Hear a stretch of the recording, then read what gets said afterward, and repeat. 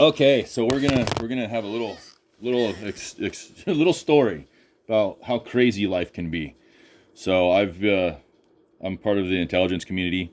I have no formal training, you could say. All the training that I've had has been off the record. Um, I've been put in a white torture room for 4 months and beaten half to death and questioned, essentially tortured to see if I could talk, and obviously passed that test with flying colors, which was not fun. So that'll kind of tell you um, who I've worked with before and what I do. I also, when I was a kid, I was a gatekeeper of the music industry. I still am to a certain extent. I did every genre except for pop music. There was a couple people 20 years ago that got in the pop scene, roughly 20 years ago, 15 to 20 years ago. A couple girls that I gave the go ahead to. I kind of gave them a thumbs up. And when I say gatekeeper, I never stopped anyone from being successful. I didn't shut them down. It was more like putting a tailwind behind their sails in order to get them to be more successful. Maybe encourage them to have larger concerts in larger stadiums, more record sales, better record deals, better advertisement, things like that. And that was done with the intention of promoting the people that I saw that would be successful and would be positive for society. And I didn't listen to much pop. I listened to everything else. So when you hear a gatekeeper, it's a mixed bag. A lot of people don't look at it like they're people who handpick people. They hand select people that they want to be more successful and help elevate them. They always hear gatekeeper and they think it's someone that's shutting the fucking door on them and not allowing them to be successful. And that's not always the case. That was never my case. Up until recently, there were some people that I said, nah, you need to calm the fuck down because of what's going on. And I'll explain that in a little bit. And there's a good reason for it. And I can explain why and what was going on in my experience with it too. So I did everything except for pop. And so pop music, it was something that I just didn't really interest me. It wasn't something that I was like, woohoo. And then about a year and a half ago, I was looking around on the music industry and I saw K-pop from Korea. And I went, wow, that's interesting. And I was like, yeah, these girls and these guys kick ass. They fucking fly on stage, right? They're very athletic. And I'm going, geez, you need to get them to come over and do some cool stuff. And then I went, wait a minute, what's going on here? And I started looking at the backdrop because it's all giant screens, TV screens. And they had chains running across. And then they had a heart with a bunch of knives in it. And then they had what was called the evil eye. It's a old symbolism. It's one of the oldest symbols of witchcraft that originated in the Mediterranean. And I saw that and I went, wait a minute. I started studying because I wasn't too privy on anything that had to do with Wicca and witchcraft. And I went, oh, so the chains are a binding spell.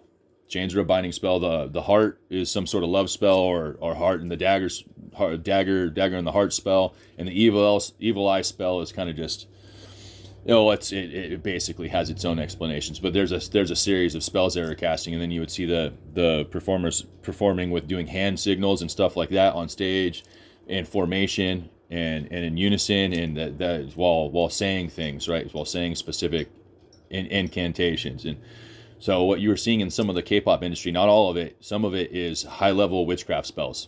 And so you're looking at people that are casting high-level witchcraft.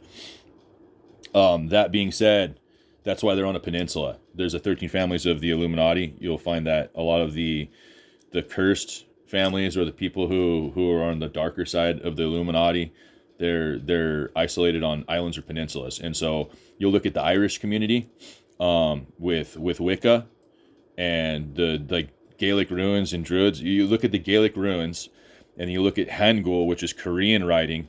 Hangul came out in around 1500 AD, which is precisely right when that was actually created, was about the same time the Black Plague came out in Europe. So you do the math there.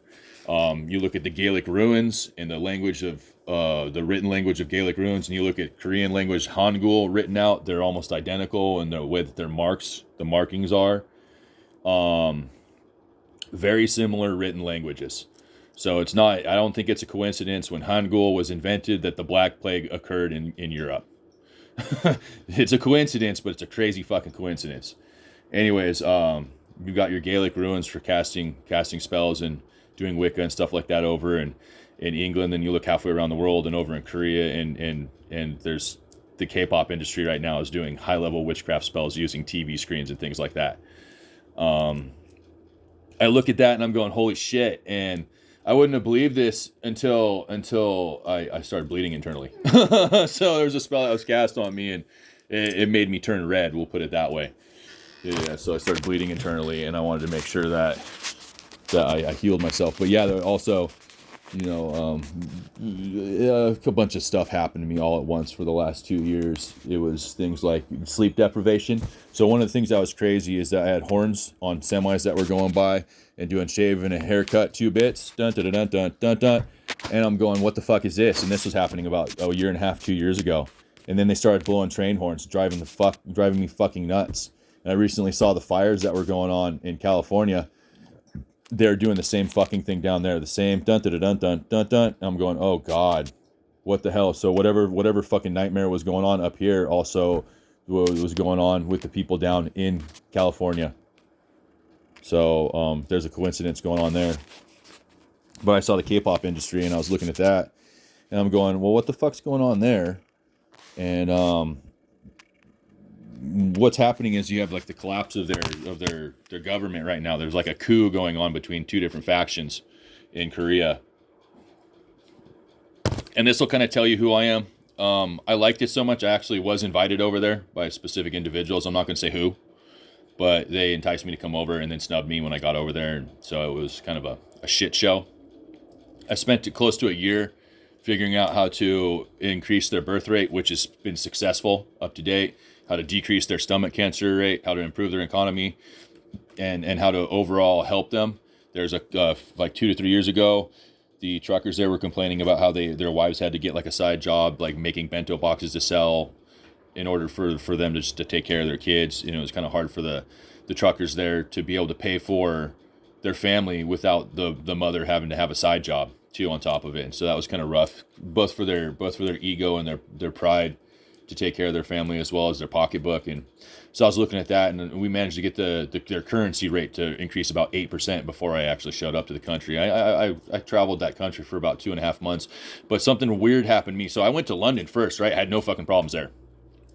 But I was walking around until my feet were blistered over and over again. I probably had like 6 layers of blisters to where I ran out of skin after a while. I have pictures of that. It's pretty gnarly. But when I went from London, I bounced down around to a couple other countries, and went to Korea. When I landed in Korea, I was fine for a little while, and then I immediately got afflicted with like a bunch of different conditions. It was heat stroke, because it was like a record heat spell that happened for like a couple weeks. I couldn't even drink enough water. I wasn't even peeing. I was just sweating. And so that caused like a bladder infection. I had a bit of a bladder infection for a little while there. I got kind of sick.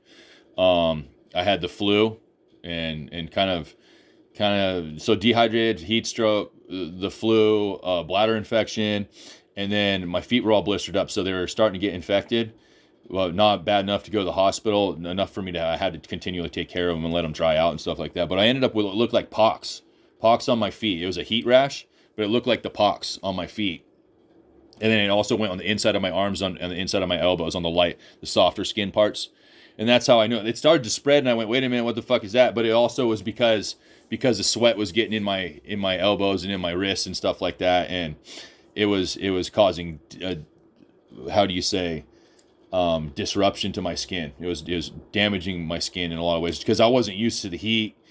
And it might have been just from the weather too. It could have been my body having an allergic reaction to whatever might have been in the air, since there's a lot of industry in the country too.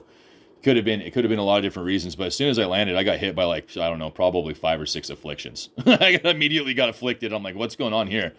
And so it's crazy. There's brooms everywhere there. Okay, you get where I'm going here. There's brooms everywhere. There's cats, random cats everywhere. If you go to like the certain parts of the area, which is beautiful. I like cats. I'm a cat guy, so totally a cat guy. I love dogs too. My dog's more like, he's like a cat dog, right? He's a little cat dog. But yeah, he's an Arctic breed, so he kind of has both cat and dog, best of both worlds. But yeah, there's a lot of cats there. There's a lot of brooms there. what's really funny is you go to the convenience stores and the food places, and almost nobody carries salt, and salt's known as a spiritual weapon. Just to let you know, salt's known as a spiritual weapon. You buy the Doritos there, and they're sweet.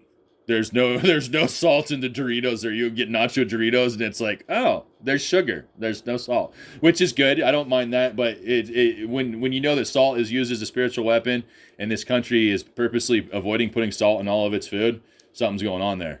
And then you start looking at the pop industry and how they're performing what you call witchcraft on stage. You put it all together, you're going, oh, okay, I kind of see what's going on here. So I was working on increasing their birth rate. I was decreasing their cancer rate. They got one of the highest stomach cancer rates in the world. I was working on improving their economy and their currency. Their currency went up 8% to the dollar before I went there. Went there for 2.5 months and was trying to meet up with the people I was trying to meet up with, and it kind of like got pushed back further and further, and kind of like kept moving the goalposts. And I'm like, I'm just gonna show up to your door, knock on your door, and say what's up. And they're not answering. It's like, no, I'm not getting the red carpet rolled out like I should be, because they didn't know who I was. I was just a guy in a backpack. They didn't realize who I was, and so they fucking know who I am now. So after I left, because I just had it, I was like, I can't walk around anymore. My feet are bleeding. I don't want to go to the hospital anymore. I can't stay here anymore. And they wanted me to stay. A couple of people were like, wait, don't go. I'm like, yeah, okay, well, what was supposed to be for me when I went there didn't happen. So it's kind of like, you got to prove to me whether it's worth my time or not, or now. And so we got to put forth that effort. And some people did, and that made it worthwhile to at least know that some people actually gave a shit. After I left, the whole place had collapsed. Like a coup had happened, martial law, all kinds of crazy shit had occurred. But yeah, the president got what you would call, he got impeached by an acting president. Acting president is like ban-hammering everyone, impeaching everyone. The 3 of the judges of the 9 constitutional judges stepped down from their position because they're concerned about, what was it? They filed a search warrant or an arrest warrant, which potentially would be illegal. If you're arresting the president, it could be treason as well. So it's just like a clusterfuck there. And the acting president, he kind of fucked up because he ban-hammered. He basically made the government non-functional, which in turn has damaged the economy and caused a morale decrease in the people of the country, and has lowered the currency by 15%. It's the lowest in decades or whatever. I'm kind of pissed about that, because what he did in 2 months, what he fucked up in 2 months, it taken me a year to improve. And that made me mad.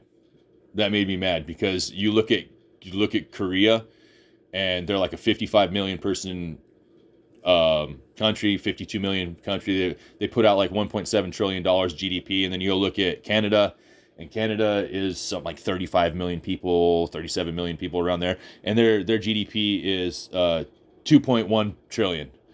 So you look at little teeny South Korea, they're putting out 1.7 trillion GDP. And you look at big ass Canada with about 2/3 of the population, they're putting out 2.1 trillion GDP. That's pretty amazing when you look at the landmass difference. And so the Korean people over hundreds of years have been, you look at the Korean War, they have had to endure continual invasions over hundreds of years, over centuries of years. And so they have what you would call their own societal defense mechanisms. And part of that is what they do with their K-pop industry and their witchcraft and stuff like that. Yeah, I landed there and almost died. I believe in God and Christianity. It's like, okay, I don't know who cast what spell on me, but don't do that again. And so when I left, the whole place just about fell apart. And that's what happens when you have somebody who has massive spiritual influence. You don't really want to put something upon someone. You cast a spell on the wrong person. It might backfire a lot harder than it would on a regular person. And so there's a story in the Bible about Joseph. He got tormented by his own family members. His brothers threw him in jail, and he was tormented and tortured, and he only to be released and put in second in charge of Egypt. And so I had a black community of, they're Egyptians. They're one of the 13 family members of the Illuminati.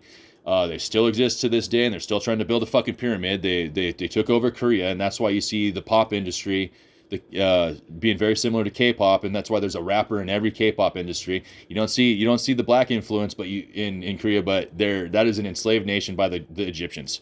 And you can see that because the pop industry and the K-pop industry, there's a rapper in every K-pop group. There's a rapper in every K-pop group, and they're mimicking the rap scene.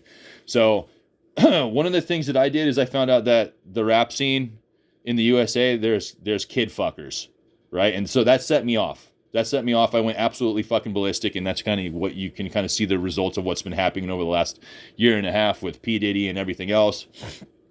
They're kind of getting burned at the stake, we'll put it that way. The establishment of all the shit that they were doing behind the scenes that I wasn't aware of, and after I found out, I fucking went off. And so what you're seeing right now is a ripple effect of that.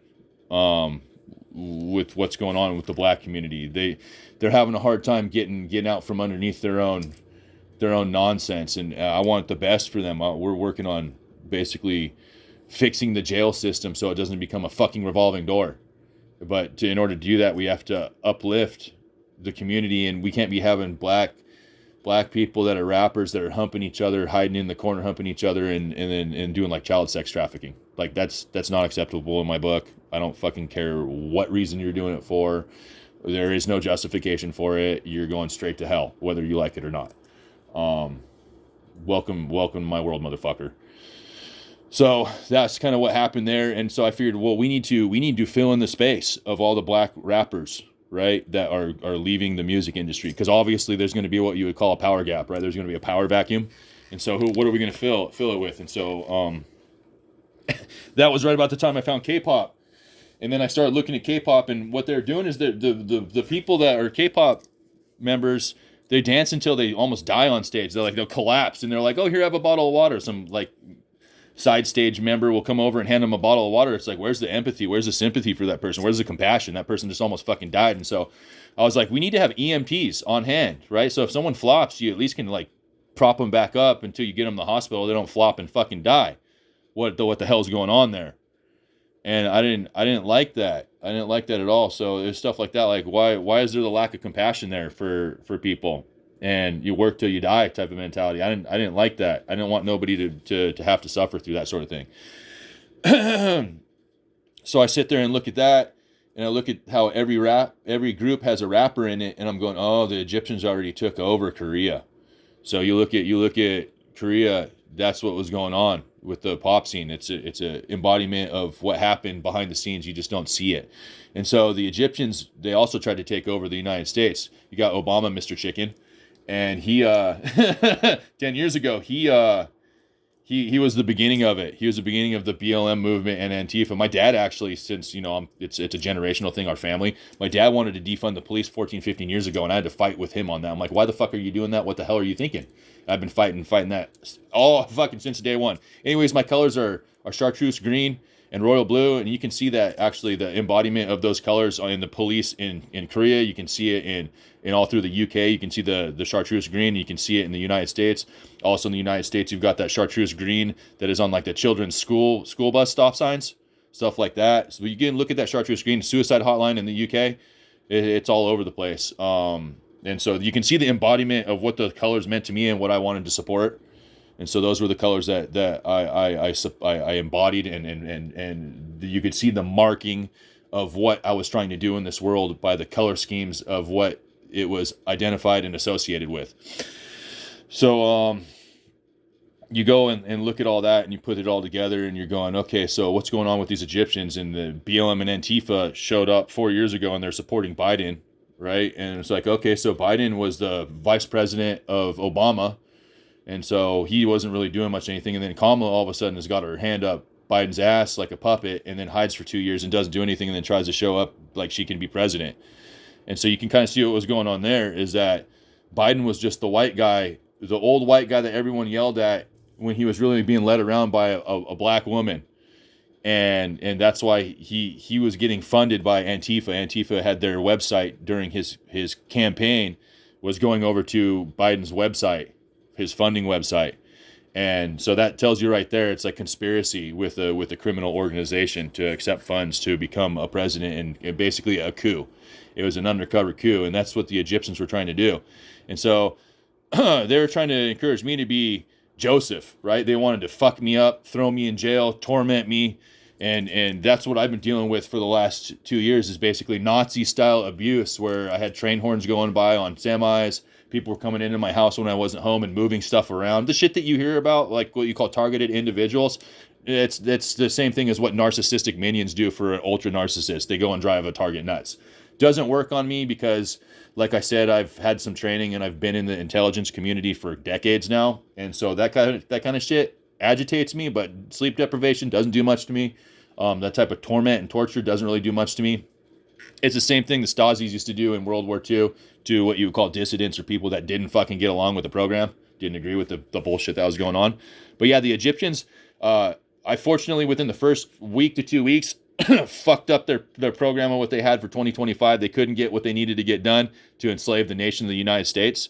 So I released some information as far as the bombings that went on in the first week between New Orleans and Trump Tower in Vegas. That basically fucked up their plans, right? So these Egyptians were trying to enslave the nation and take over, and they're trying to take over the streets, defund the police, and then what would happen would be martial law, and then you would have military law, and the country would be taken over. It's kind of exactly the same thing you're seeing in South Korea right now. I only have a couple of seconds left to wrap this up. But yeah, they took over South Korea, and they're trying to do that there. They tried to do the exact same thing here with BLM, defund the police, and then it would have led to martial law because of all the criminals in the streets. Anyways, hope this helps.